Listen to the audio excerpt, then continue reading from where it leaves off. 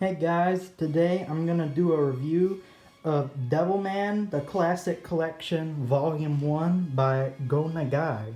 This was published by Seven Seas Entertainment for the first time in the United States in 2018. So I'm gonna be reviewing both volumes, but not today. Volume 2's review will come later, but for now, I'm just gonna review Volume 1. Now, how I'm gonna review this is I'm going to talk about the book's story and go over the general plot line, and then as I go over the plot line, I'm going to mention things I want to mention.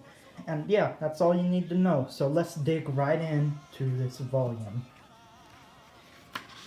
So first off, I want to say thank you Zach Davison and Adrian Beck for translating this manga for the first time and doing it justice, because this isn't a common problem, but I've seen some manga from like the 70s and stuff, and they've added in a bunch of all sorts of unnecessary like pop culture jokes and stuff that just really don't fit in with the story. But here, none of that's here. So first thing I want to mention is there's only 9 chapters in this book, and it's over 600 pages. And that's because this book, all of the chapters are like 200 pages, or well, 2 of them are. Some of the other chapters are anywhere from 30 to 40 pages, but yeah, the chapters in this book are long. It's not a quick read if you're like me and you read one chapter at a time, so you might need a bookmark handy with this book. But so our story begins with Earth. There are dinosaurs roaming the Earth still, and then all of a sudden angels show up, and the angels soon start fighting something, but you don't know what they're gonna fight. It's actually demons, and basically for like 30 pages it just shows the demons and the angels fighting. It shows what Earth was like when it started, and it's really informative. And this comes back later. That's one of the great things about Devilman. Nothing in this story comes for no reason. There's no filler, basically. Everything is in the story for a reason, and I love that. I think that's phenomenal. So then we cut to the 80s in the Himalayan mountains, and we see some explorers exploring, obviously, and then they come across some weird stuff frozen in ice. What is it? Well, turns out it's the demons from the beginning of the story that the angels were fighting. So that's where chapter 1 ends. And then chapter 2, we cut to a schoolyard where we see Akira Fudo, or Akira, however you want to pronounce it, and Miki Makamura. And basically they live together, but they're not brother and sister. And basically Akira is a crybaby. That's what she puts him as. He's basically this total dope, and he can't defend himself or anything. He's just a total wimp. And this comes back later for, again, character growth and stuff. So again, no filler. Everything comes back. That's introduced. Then we meet this guy named Ryo Asaka, who is Akira's best friend, and he's been missing for a few weeks, and he all of a sudden shows up and scares away the bullies, and he says, Akira, I need you. I've got a terrible inheritance. And he's like, well, what is your terrible inheritance? We come to find out that Ryo's dad was one of those explorers in the Himalayas from earlier, and he brought back this demon mask before offing himself because he was possessed by a demon. And he makes Akira look into the mask, and he sees the history of demons and sees how they work. This is something I feel is essential to the story, and that's why I really wish they kept it in Devilman Crybaby, that particular anime adaptation, because it's just essential to the story. Like, you need to see how the demons work. And a lot of this chapter is exposition, but it's done well. It's not boring to read. It's not a bad read, and there is some action in the middle of it. It's very creepy. Like, this starts off very creepy, and it's just very well done. So eventually, basically, Ryo comes to the conclusion that demons are going to destroy the earth, and they're gonna kill everyone and merge with humans, because that's the main thing demons do, is merge.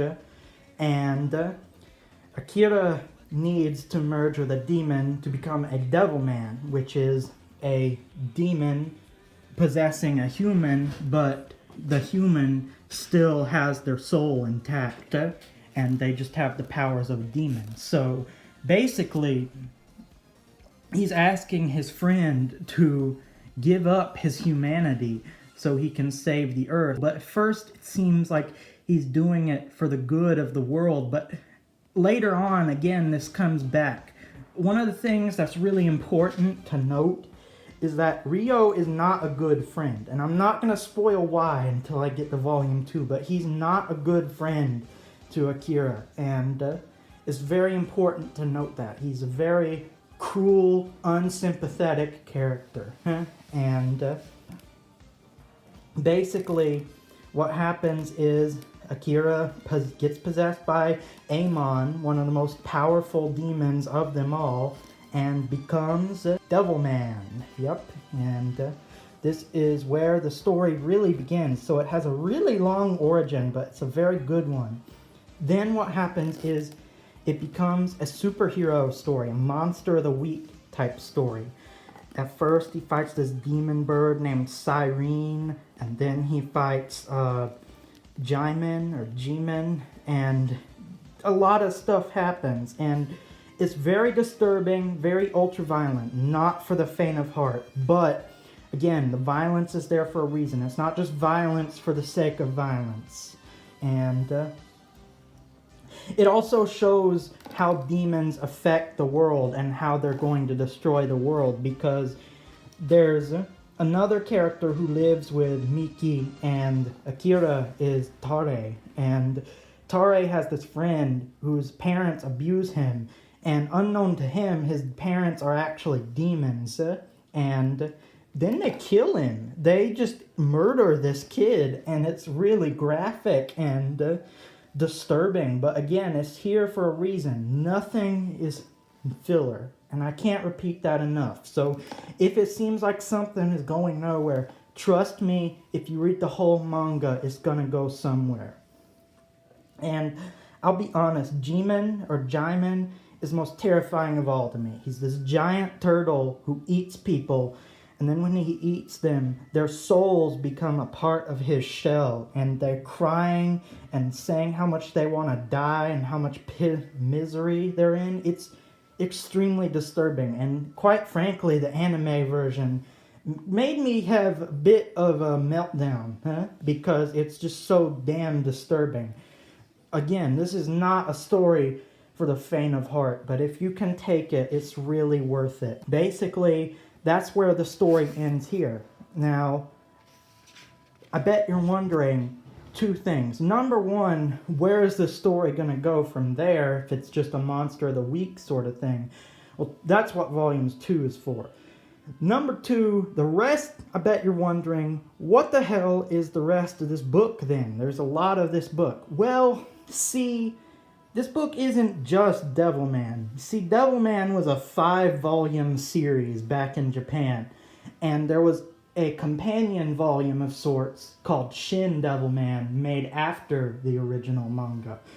This volume collects 4 of the 5 chapters for Shin Devilman, and the problem is that they don't tell you it's Shin Devilman. They don't tell you that, hey, this is companion material. This isn't part of the original story.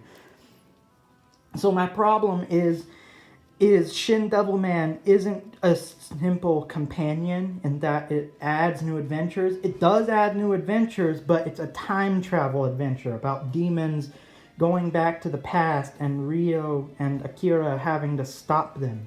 And it's just... it's good, it's interesting, or at least some of the chapters are. Some of them are stupid. There's this really dumb one about Adolf Hitler and his origins, and how unintentionally Akira and Rio create Hitler. It's really stupid. It's as dumb as it sounds, and it's probably the only part about this book I don't like. But the other chapters are fine. It's really, I'm not saying it shouldn't even be here. I think it's cool that they include it. I just wish there was like a page or something that said, hey, the following material is not from the original story. It's actually Shin Devilman. It doesn't even say in the credits originally published as Shin Devilman. It just flat out says this is part of the original story, and I don't like that. And not to mention, one of the chapters are out of order, so it's not even correctly done either. And that's the only shortcoming of this book. And if they ever reprint it, then they definitely, absolutely need to fix that. But otherwise, this book is phenomenal. You need to own this along with Volume 1. I've seen an increase in reviewers lately ever since Crybaby came out, the anime adaptation of this manga from last year.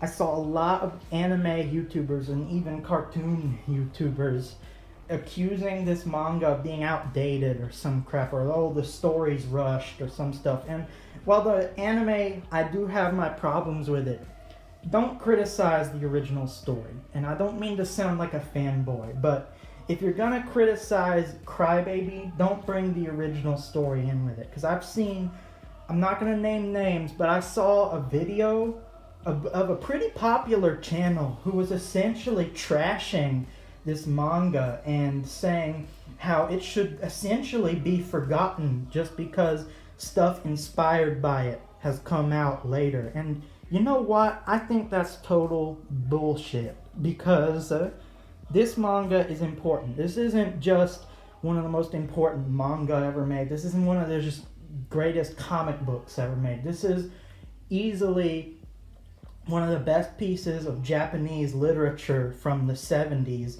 maybe even the 20th century as a whole, because this is an important story with a great message and tons of intricate hidden meanings and nuance. And I just quite frankly think that person just didn't get the damn story. And I'm not going to rag on them anymore, but truly, read this manga and form your own opinion. Don't just parrot YouTubers who tell you that, oh, Crybaby isn't as good as everyone says it is. Because it really is as good as everyone says it is, or at least the original story. Other than that, this is an incomplete review, because, like I said, I'm gonna review Volume 2 later, and that's where the real meat of my review is gonna come in, because this is only half the story. But for now, I'd say buy both volumes at once. Don't just buy Volume 1. Buy Volumes 1 and 2, because that's the only volumes they're ever going to make. And then read it and enjoy it and tell me what you think. Okay? Or find it online. Get a deal. Find some way to read this story. It's well worth the money. It's got a cover price of $30 per volume, but trust me, you can find it much, much cheaper. I bought both books for $30 altogether. So for the cover price of one book, I bought both volumes. So yeah, this is definitely a must-own if you're an anime fan, even just a comic book fan. Even if you're not into anime or manga, this is a must-own. Devilman is an all-time classic, and everyone should read it. So I'm sorry if I'm repeating myself so much. I just really cannot stress enough how much I love this story. Stay tuned for Volume 2's review. I will link it in the description as soon as it's made. But for now, I'll see you guys later. Bye-bye.